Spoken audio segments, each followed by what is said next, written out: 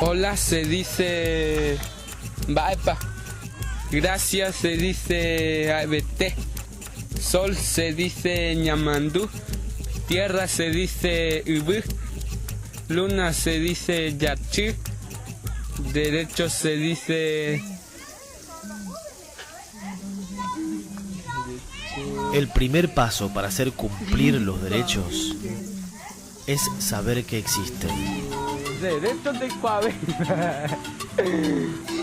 La comunicación es una puerta de acceso a todos tus derechos. Es un mensaje de la comunidad Mbuá Guaraní de Aristóbulo del Valle. Radios por la Educación. Contamos con vos. Una iniciativa de UNICEF y la asociación civil Las Otras Voces.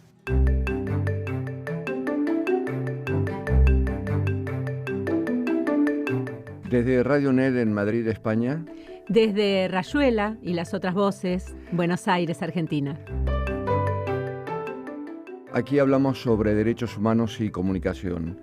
Estamos para poder pensarnos y para poder comprender, o al menos tirar pistas, para entender cuáles son los desafíos que enfrenta hoy esta trama compleja de la comunicación y la educación. Es un tema con el que venimos trabajando desde hace más de 20 años y une a decenas de educomunicadores de América Latina y España. El campo iberoamericano entiendo que es uno de los pioneros en poder mirar la comunicación no solamente desde los dispositivos, desde las pantallas, hoy desde los celulares o las netbooks, sino desde el efecto que estos tienen sobre las personas. Sin distancias, un programa de la UNED en Radio 3, con Silvia Bacher y Roberto Aparici. Silvia Bacher es periodista, directora de la Asociación Civil Argentina Las Otras Voces, un referente de la promoción de los derechos a la educación y a la comunicación. En su libro Tatuados por los medios, Silvia Bacher nos presenta los dilemas de la educación en la era digital y en la radio conduce cada semana en Buenos Aires Rayuela. Roberto Aparici, docente e investigador centrado en la educomunicación, es profesor de la UNED, coordinador del Máster Universitario en Comunicación y Educación en la Red, director del Máster en Redes Sociales y Aprendizaje Digital y de otras propuestas formativas en el ámbito de la educación y la comunicación. Comunicación, educación, derechos humanos. Silvia Bacher, Roberto Aparici. Silvia, desde tu perspectiva, ¿cuál es la trama entre comunicación y derechos humanos? Durante mucho tiempo, ya hace mucho tiempo, que la educación es considerada un derecho humano fundamental, de primera categoría. La comunicación demoró más en ser reconocida como derecho humano, en realidad como derecho. Durante mucho tiempo se habló de acceso a la información, durante mucho tiempo se habló de libertad de expresión, de participación, pero recién hará una década y media, empezó a comprenderse esa trama que nos permite manejarnos como ciudadanos, poder pensar, poder conocer, poder elegir, herramientas fundamentales para poder incidir en nuestra vida cotidiana desde una perspectiva crítica, activa, donde no es solamente lo que nos cuentan, lo que nos dicen, sino nuestra capacidad de investigar, de saber, de cuestionar y de proponer. En ese sentido, entiendo que la comunicación es clave para las nuevas ciudadanías. Y la escuela ahí tiene muchísimo para trabajar. No sé cómo lo ves vos, Roberto. Es un tema que desde los años 80 venimos incidiendo en ello y el papel que la comunicación ocupe en la escuela va a ser vital para transformar las relaciones que existen sobre la comunicación, pasar de una comunicación vertical a una comunicación cada vez más horizontal. Y en ese sentido yo creo que las tecnologías digitales han ayudado bastante a cambiar el paradigma. Por un lado, vemos que se siguen prácticas verticales, autoritarias, y por otro lado, la ciudadanía de alguna manera ha tomado la palabra. La ciudadanía de alguna manera se informa y se comunica entre sí. la gente se empodera, la gente empieza a tener voz. La gente antes recibía las voces de los otros. La diferencia entre los años 90 y esta segunda década del siglo XXI creo que radica sobre todo en eso, que la gente empieza a hacerse oír. Antes la gente oía las cosas, ahora la gente se hace oír. En este sentido, creo que estamos frente a uno de los grandes desafíos que tienen las sociedades modernas. Las nuevas sociedades, no voy a usar la palabra modernas que responde a otro momento histórico, ¿no? Porque es cierto que muchas voces se hacen oír, pero también es cierto que puede parecer que se hacen oír. Y ahí creo que está el gran desafío de la nueva escuela. El hacerle comprender a los docentes, por supuesto, pero fundamentalmente a través de ellos y de las prácticas que se vayan desarrollando, de la importancia del ejercicio de la palabra. Más allá de la participación innata que se da con las nuevas tecnologías, esto no nos garantiza que las voces de los jóvenes se estén escuchando, que las voces de los jóvenes estén logrando ser oídas. Yo creo que ahí hay un desafío central para la escuela, en darles las herramientas para que puedan ellos tener la capacidad de expresión, de lectura, de análisis, para que su palabra realmente pueda incidir en la transformación. Y que no se quede, si bien es cierto que hay ejemplos como vos traés, y que uno puede ver en la primavera árabe, por ejemplo, donde más allá de los medios hegemónicos se lograron transformaciones sociales, o en Chile, con las primeras movilizaciones de lo que llamaban los pingüinos, los estudiantes secundarios que querían educación secundaria y universitaria gratuita y se comunicaban a través de las redes. Bueno, entiendo que es necesario un trabajo mucho más potente de la escuela en estas competencias esenciales de poder expresarse, de poder leer, de poder comprender, para poder participar, incidir y lograr construir sociedades más justas, ¿no? Que de eso se trata al final de cuentas. Yo creo que en la escuela se están introduciendo las tecnologías, pero para un uso de carácter tecnocrático. Se aprende a manejar la tecnología, pero no se aplica la dimensión comunicativa.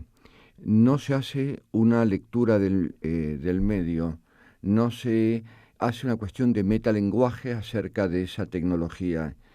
En el caso español, por ejemplo, hemos visto que el uso de las TIC dentro de las aulas no ha incidido necesariamente a transformar las prácticas pedagógicas, sino que ha reforzado los modelos tradicionales, porque la introducción de la tecnología no estuvo asociado a un cambio de tipo metodológico.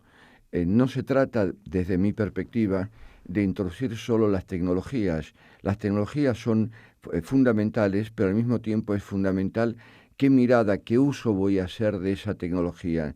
Yo puedo usar esa tecnología para seguir haciendo una pedagogía tradicional, o puedo usar esa tecnología para prácticas liberadoras, para prácticas de carácter sociales, para transformar la escuela. Y en el caso español, las tecnologías no han servido para transformar la escuela, sino para reforzar en líneas generales los modelos más tradicionales de enseñanza-aprendizaje. ¿Cuál es la situación en Argentina en este caso? En Argentina tenemos distintos programas, un programa muy conocido a nivel nacional llamado Conectar Igualdad, que distribuye entre los alumnos de escuelas públicas, medias y docentes, de escuelas públicas, medias, institutos de formación docente, escuelas técnicas, computadoras estilo netbook. Ya se han repartido más de 4 millones. Y yo entiendo que traen una transformación a la escuela, no al aprendizaje. Coincido con vos, y no es que coincida con vos, sino que todos los estudios que leo, la mayoría de ellos señalan que no se produce un cambio en el aprendizaje, en las prácticas pedagógicas. Y ahí tenemos un problema del que podemos hablar después. Pero sí se produce una irrupción en la práctica cotidiana. ¿Por qué? Porque el docente no tiene las herramientas para poder pensar de qué manera incorporar esa tecnología a su práctica, a su materia, que en algún caso incluso tal vez ni siquiera la necesita. De alguna manera se lo fuerza a usarlo al llegar las tecnologías, se lo fuerza a utilizarla de manera constante, cuando, pienso yo, en muchos casos no es imprescindible, porque lo que necesitamos es desarrollar determinadas competencias que no están dentro de la tecnología, sino que están en la práctica de la mirada de la ciudadanía y de los conocimientos necesarios para poder manejarse como ciudadano. No sé si soy clara en esto. Silvia Bacher y Roberto Aparici, en la UNED, en Radio 3. Yo lo que percibo es que la tecnología dentro de las aulas ha puesto una situación compleja y difícil a los docentes y a las propias instituciones educativas. Las instituciones educativas, escuelas, institutos, universidades, han sido instituciones que responden a otros modelos sociales históricos. La universidad es una institución de carácter medieval que se ha transformado muy poco a lo largo de los años, pero si nos centramos en la escuela y en los institutos, son instituciones que surgen en la sociedad industrial y como tal siguen respondiendo al canon de formar para un mundo que ya no existe. El grave problema que observamos es que el propio sistema educativo y los propios docentes forman para un modelo industrial, cuando el modelo en el que nos encontramos es de carácter informacional, es de otra naturaleza. Esto lo ha percibido y lo pone en práctica sin tomar conciencia de ello los jóvenes.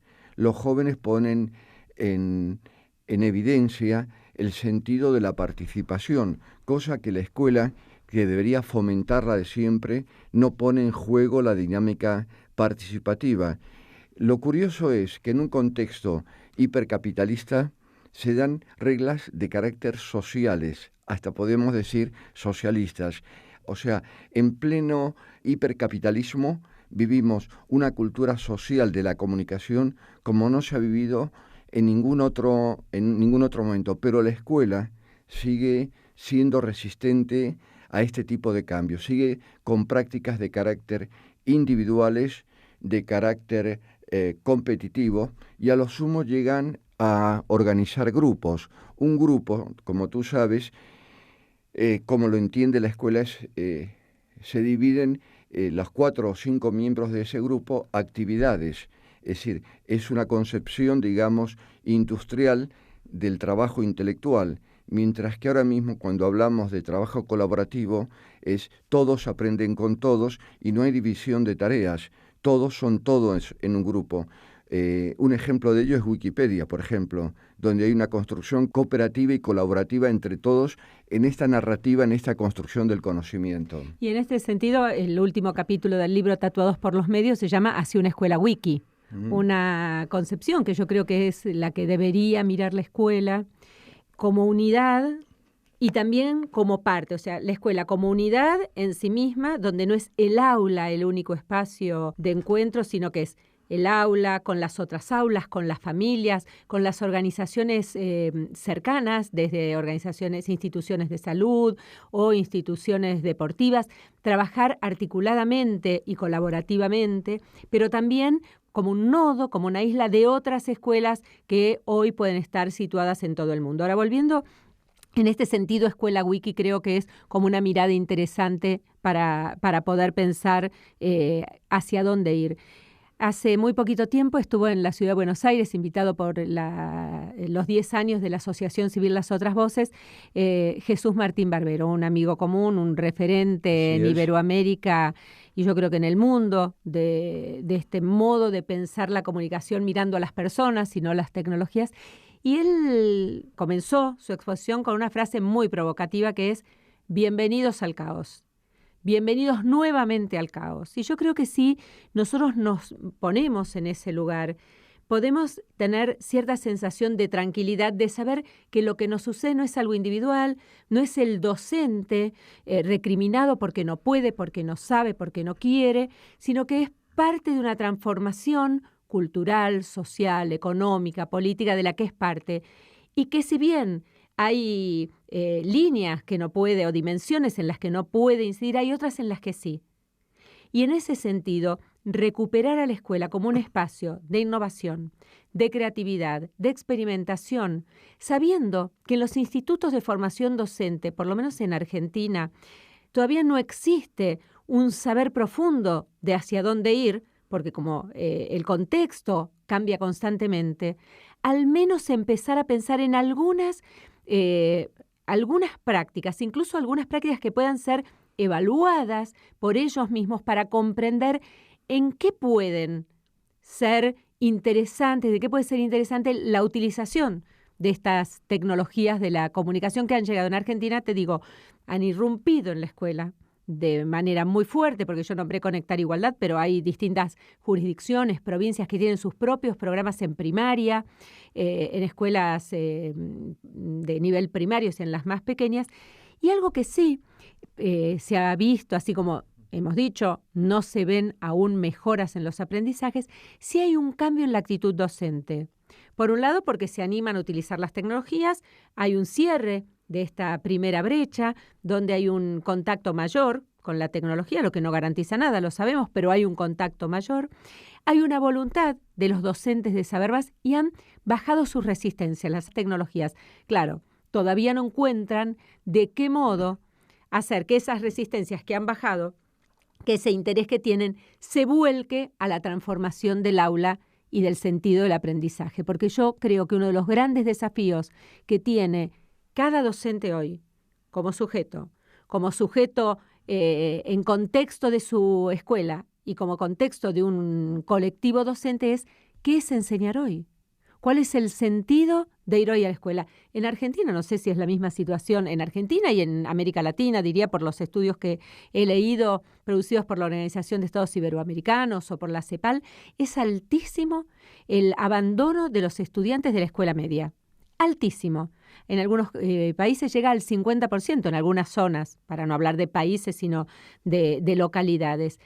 Y lo interesante de mirar es que esos jóvenes que dejan la escuela no necesariamente lo hacen por problemas económicos, como pasaba en otros momentos, porque no tienen los recursos para ir, porque tienen que ir a trabajar, porque los papás no pueden garantizar que tengan los recursos para pagarles el cuaderno o el libro, sino que son jóvenes que atraviesan distintos grupos sociales que no encuentran respuesta a sus intereses y a sus necesidades. Y yo creo que esa es una clave central sobre la que tiene que pensarse la escuela como institución y también la sociedad como país, que todo el tiempo con el dedo en alto recrimina a la escuela como si fuera un ente aislado de este gran caos del que nos hablaba Martín Baroero, ¿no? Bienvenidos al caos. Bienvenidos de vuelta, porque creo que este mundo está tan fuera de órbita que solo un regreso al caos nos va a permitir reinventar la sociedad, reinventar una sociedad con capacidad de acoger toda la diversidad que hay hoy en este planeta, toda la diversidad de sensibilidades, de sensorium, toda la diversidad de inventiva, toda la diversidad de tipos de esperanza, toda la diversidad narrativa que hay hoy, la explosión narrativa de los adolescentes, de los jóvenes.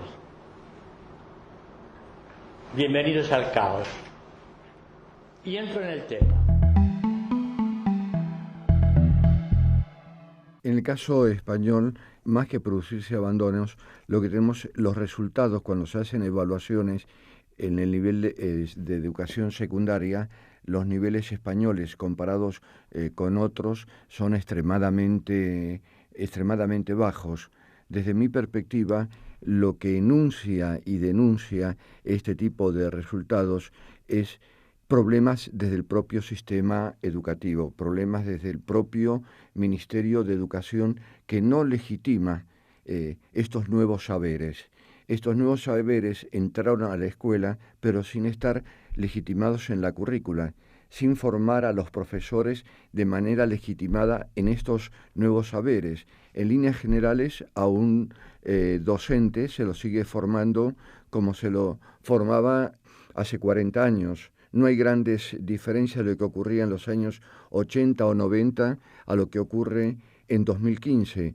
Y una situación dramática es si los propios ministerios de educación no reconocen este nuevo paradigma, este nuevo contexto, esta nueva situación informativa comunicacional, dejan de alguna manera a los docentes en una situación de incertidumbre y a su vez a los nuevos docentes, a los que se están formando, no le dan las herramientas, los instrumentos básicos para entender estas cuestiones a las que tú te referías, como es la incertidumbre, el caos o la participación.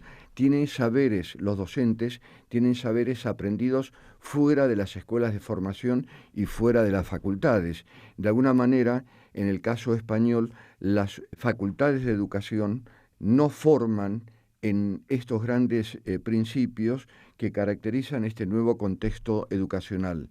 Es decir, los profesores que hacen algo lo hacen por su propia voluntad, por su propia necesidad de vincularse con la realidad real al que se enfrentan sus estudiantes en el día a día. Yo creo que hay una cierta mirada que podríamos decir perversa, es una palabra fuerte, pero es una palabra provocativa también, desde muchos organismos, que cuando uno lee organismos internacionales, regionales, que estudian temas vinculados a la educación, que constantemente sancionan y esmerilan de esa manera a los docentes, diciendo que no se han actualizado, que no se han formado, que están aislados, mirándolos, como te decía, fuera de una realidad donde desde los ministerios, desde los organismos públicos, como si estos no tuvieran responsabilidad en su formación. Y esto trae una consecuencia que es la mirada social sobre el docente. Entiendo que el docente tiene todavía hoy una función central en esta sociedad. ¿Por qué? Porque la escuela es el lugar donde reúne a los diferentes. En las redes sociales siguen encontrándose los iguales, los amigos que se conocen, amigos de amigos, grupos de iguales. La escuela supo ser y debería seguir siendo el lugar donde se encuentran los diferentes. Y el docente, desde mi punto de vista, tendría el desafío de mostrar en esa diferencia una riqueza, en el saber y en la construcción del conocimiento, porque la información está ahí, está tan cerca. Pero ¿cómo hacer que esa información cobre valor y se transforme en conocimiento? Ese es el desafío del docente.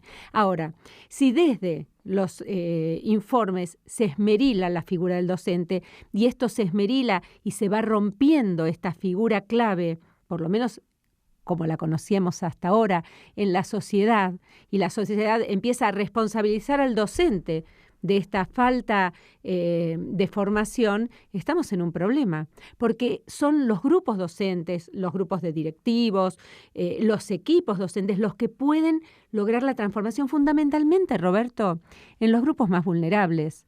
Porque los otros grupos, las escuelas privadas, aquellos de mayores consumos culturales, van a encontrar la manera. Este mundo tenemos que tender a que no se rompa en dos, a que no termine desapareciendo esa franja que tiende puentes y que permite a los más humildes a imaginar posibilidades mejores, escenarios de mayor riqueza cultural, de mayor producción y participación. Y ahí la escuela sigue siendo clave. Por eso creo que tenemos que estar muy atentos, muy activos y difundiendo mucho estas prácticas a las que vos hacías mención hace un rato, de estos docentes que a pesar de todas las dificultades, de todas las violencias que se viven, simbólicas y no simbólicas en la escuela, fundamentalmente en los barrios más complicados, bueno, acompañarlos en estas prácticas, porque la verdad es que lo que creo yo es que si es que existen, uno de los aspectos comunes en los expertos es que no saben muy bien para dónde ir y no se terminan de hacer cargo. Entonces, bueno, ahí tenemos una clave para pensar y para actuar.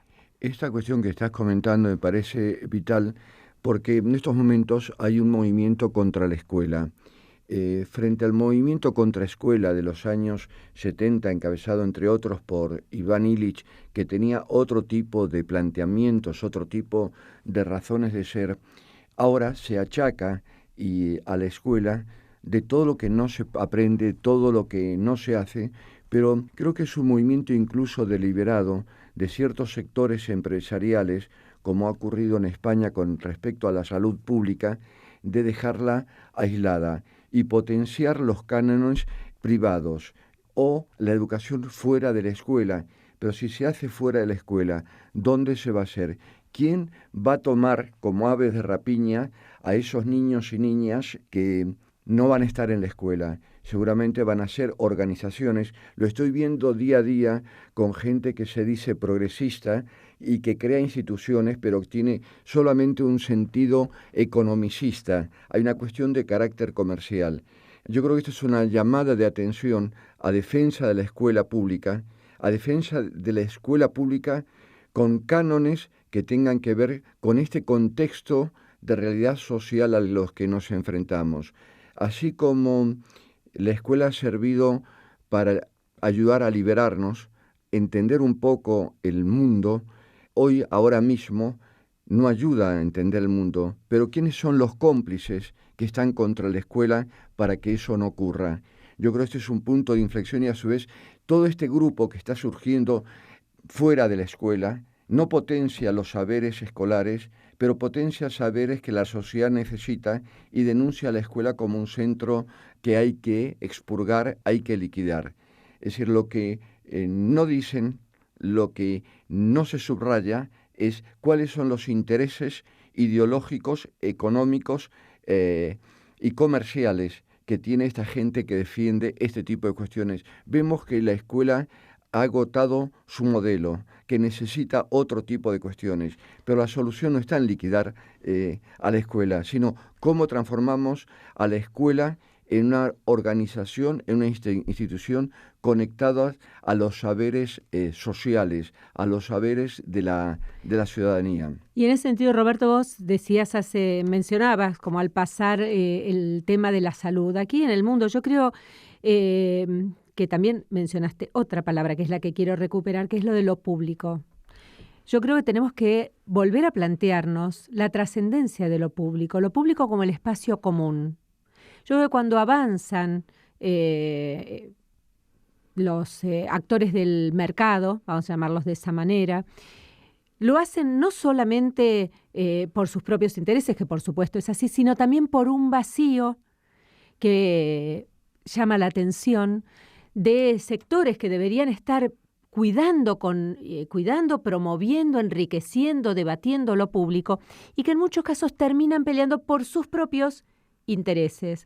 Pienso, por ejemplo, en algunas luchas sindicales que, por supuesto, convalido, acompaño y apoyo, pero que muchas veces miran más lo propio, el interés propio, que el interés público común. Y que ahí tenemos un tema de debate, en América Latina esto se ve mucho, donde hay que trabajar este sentido de lo público, porque si no, lo hemos visto en países como Ecuador, por ejemplo. Recuerdo haber hecho entrevistas allí con la ministra de Educación de Ecuador, la primera ministra de Correa, donde ella contaba cómo a partir de esta degradación de lo público habían ido creciendo universidades privadas que tenían un nivel bajísimo, pero que garantizaban para gente que quería titulación, una titulación rápida y no demasiada compleja. Y en ese sentido, bueno, la lucha de lo público que se dio allí y que instaló una evaluación común para todas las universidades, donde, bueno, muchas de estas fueron cerradas, de estas universidades privadas, y simplemente quedaron aquellas que tenían el nivel adecuado para poder ser evaluadas como universidades de calidad. Quiero decir, es necesario volver a pensar lo público y la escuela dentro de este espacio público común, porque las redes, como digo, es cierto que unen, que ligan, que acompañan, pero en general lo hacen entre iguales. La escuela es el espacio, como debería ser el espacio de lo público, en la salud, en la educación, incluso en muchos espacios de ocio, el espacio común de las diferencias. ¿Por qué? Porque somos una sociedad de diferentes. Y en la medida en que cada uno vaya por su andarivel, lo que va generando es desconocimiento, ese desconocimiento trae temor, ese temor trae recelo y ese recelo trae violencia. Y lo vemos a diario, no solamente en la escuela, sino en situaciones sociales mucho más amplias. Y simplemente un punto más. Esto luego se va viendo también lo comentaba el otro día una persona en una reunión, en instituciones, en empresas, por ejemplo. Decía, las personas, los nuevos mandos medios, como les gusta llamarlos, tenían todas la misma formación, parecían todos cortados por la misma tijera. Y en ese sentido es muy difícil poder innovar, poder transformar y sobre todo poder comprender al otro. Y yo creo que la única manera, así como la única manera, entiendo yo, de ser feliz en una pareja, es tratar de entender qué necesita el otro, para, respetando los propios deseos, poder articular una vida en común más feliz, más vivible. Bueno, lo mismo debería suceder en la sociedad, no solamente qué es lo que necesito y deseo yo, sino el otro, el que no conozco, porque de otro modo, la verdad es que lo que vamos haciendo son grupos divididos sin puentes en el medio, y eso creo que nos lleva a un caos ya no positivo, sino doloroso y fundamentalmente injusto. Sin distancias, un programa de la UNED con Silvia Bacher y Roberto Aparici. En este contexto que estamos planteando, una de las grandes necesidades que tiene la escuela, los sistemas educativos, es la incorporación de la educación mediática. Es impensable de ahora en adelante imaginar un mundo sin medios de comunicación y sin tecnologías. Y para ello, así como la gran preocupación en el siglo XX ha sido enseñar a leer y escribir, es la alfabetización convencional, hay que pensar en este siglo XXI en las nuevas alfabetizaciones. Que saber leer y escribir ahora mismo no es solamente escribir palabras, sino poder producir un vídeo, poder producir cuestiones que tienen que ver con la programación, comprender de alguna manera los otros lenguajes. De alguna manera hablamos sobre la necesidad de las competencias mediáticas o las competencias digitales que necesitan los ciudadanos. Así como el siglo XIX y XX necesitaban competencias en lectura y escritura, las nuevas competencias son de otra naturaleza. No se puede entender el mundo ahora mismo si no entiendes la codificación, construcción y decodificación que se realizan a través de los medios de comunicación y de las tecnologías digitales. Poder comprender para poder participar, podríamos decir eso. Ese debería ser el desafío de la escuela, ayudar a los nuevos jóvenes a comprender. Y comprender no es solamente mirar, no es solamente, si bien lo es también, analizar, identificar, sino también poder producir de tal manera que genere en el otro el deseo y la necesidad de escuchar, de conocer y de comprender lo que cada uno de nosotros tiene para decir. En ese sentido, yo creo que este concepto que hemos escuchado más de una vez, el de prosumidor, es un concepto interesante, porque no es ya solamente el concepto de aquel que produce o aquel que consume, sino aquel que consume los consumos culturales, pero que también es capaz de producirlos. Y aquí creo que hay como un enclave interesante.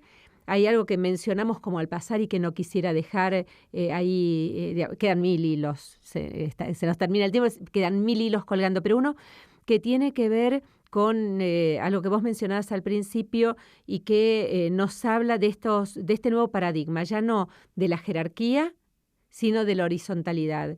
Y la horizontalidad, pienso yo, sí es una horizontalidad de iguales en el sentido de que todos somos sujetos de derecho.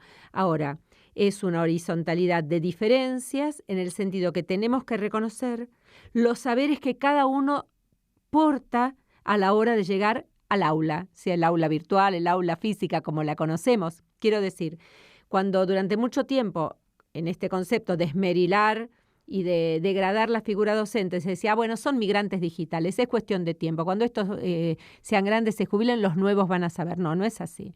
Los docentes han hecho un esfuerzo, y los adultos hemos hecho un esfuerzo enorme en nuestra vida para poder acomodarnos y utilizar y manejarnos en este mundo digital.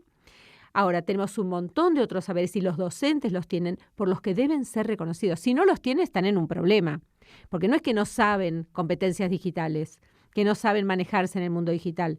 El gran tema es que ellos reconozcan y sus alumnos reconozcan los saberes que ellos traen y que el docente reconozca, valore y ponga sobre la mesa los saberes que traen los estudiantes y los ayuden a partir de esos saberes que ellos traen a construir nuevos saberes que les permitan ser mejores ciudadanos, más participativos, que logren incidir en sus comunidades para hacer de estas lugares mejores. Porque hoy sí, eso pueden hacerlo. Identificar cuáles son los problemas, pensando en situaciones prácticas, identificar cuáles son los problemas que aquejan a cada comunidad, intentar resolverlos como una práctica ciudadana a partir de la lectura, de la investigación, de las preguntas, de la producción de videos, de audios, de campañas de comunicación que de manera wiki hagan de la escuela el espacio que sea el centro de la vida social. Porque el centro de la vida social parece ser un poco líquido, en las palabras de Bauman, si pensamos que va a fluir solamente a través de las redes. Los encuentros personales tienen que recuperar un sentido y creo que ese sentido se lo puede dar la escuela. Para contar lo que pienso, para ayudar a otros a través de la radio. Clorinda, Formosa, Tigre, Buenos Aires, Aristóbulo del Valle, Misiones, Fontana, Chaco. Radio por la Educación. Me gustaría colaborar, ayudar a la gente que no tiene. Contaría la historia de nuestro antepasado, si pudiese tener la radio en la comunidad. Decí lo que pensás. La comunicación es acción. Me gustaría hablar cosas de la juventud y estar comunicado con otras personas. Le contaría a los otros comunidad cómo va esta comunidad. Radios por la Educación. La comunicación es tu derecho. Que nosotros tenemos derecho. Radios por la Educación. Contamos con vos. Eso significa para mí la radio. Un proyecto de UNICEF y la asociación civil Las Otras Voces.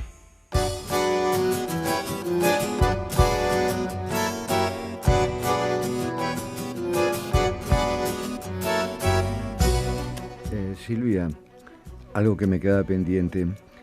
¿Cómo llega una periodista a ser una comunicadora total? En síntesis, una educomunicadora. Mira, quizás teniendo en cuenta esto que te decía y sin saberlo. Hace, ¿cuántos años? Muchos años, hace más de 2 décadas, yo dirigía un programa, un proyecto en la ciudad de Buenos Aires, 25 años debe ser más o menos, porque recién llegaba la democracia a nuestro país, que era un programa que formaba docentes, era muy innovador en aquella época, fines de los 80, para que produjeran revistas y radios. Después vinieron los videos, después vino Internet, pero en aquellos primeros años era revista y radio. Nosotros formábamos a los docentes habíamos conseguido 5 radios muy pequeñas, que eran radios comunitarias que nos daban 1 hora por semana en distintos barrios de la ciudad, donde las escuelas públicas iban a producir sus programas de radio. Hasta que los estudiantes producían esos programas, porque eran programas donde tenían que investigar, trabajar, no era ir a decir lo que se les ocurría, sino que había un trabajo previo. Teníamos periodos que no había programación y la radio decía, bueno, pero si yo te doy esta hora para el programa, el ciclo se llamaba Caleidoscopio, yo te doy la hora para Caleidoscopio, pero tenés que tenerla de marzo a diciembre y las programaciones de los chicos empezaban en mayo, por ejemplo. Había 2 meses que había que hacer algo. Entonces, yo lo que propuse, bueno, vamos el equipo docente a plantear estos temas, el equipo de formadores, estos temas para hablar con la comunidad. Y ahí empecé a hacer radio yo. Y cada vez me gustaba más. Y entonces, mientras formaba docentes para que hicieran radio y que los chicos hicieran radio, yo encontré una formación profesional o un desarrollo profesional que finalmente me enamoró y me sigue enamorando y hoy tiene la forma de Rayuela desde hace ya varios años, estuve 10 años en Radio Nacional, en distintos espacios radiales. La Universidad de Buenos Aires me premió con el primer premio a la divulgación de contenidos educativos, pero tengo que decir que fue en algún sentido con esta construcción wiki, de poder ver, de poder escuchar, de animarme a probar, y así fue, y bueno, aportando desde las otras voces, desde esta asociación civil que reúne 400 radios escolares de toda la Argentina, para acompañarlos, para visibilizar las voces de estas escuelas a través de las tecnologías que hoy nos permiten a través de nuestra web, de lasotrasvoces.org.ar, para que aquellos que les interese la visiten, dar a conocer las problemáticas, las soluciones, las tensiones que viven las comunidades que muchas veces no tienen otra voz más que la que pueden hacer escuchar a través de la radio y de esta Red Nacional de Radios Escolares. La próxima charla la tenemos en Buenos Aires. Ahora ya la estamos teniendo también en Buenos Aires. Esto es así como estamos aquí o estamos allí. La tenemos, como siempre, en todos los lugares, Roberto. Te agradezco mucho tu generosidad de todos estos años. Sos un pionero. Nos conocemos hace muchos años. Has hecho mucho por este campo y seguís haciéndolo. Y hoy, bueno, con nuevos desafíos, porque ya no son aquellos primeros problemas que afrontábamos graves, serios, vitales, con la llegada antes de la llegada de la democracia en Argentina en aquella época y con la llegada de esta para recuperar las voces. Hoy seguimos queriendo recuperar las voces, pero lo hacemos en otros contextos, con otras violencias, con otros derechos también y con una mirada iberoamericana. Y creo que este es un modo de demostrar que es posible tender puentes wiki. Así que bueno, muchas gracias. A ti.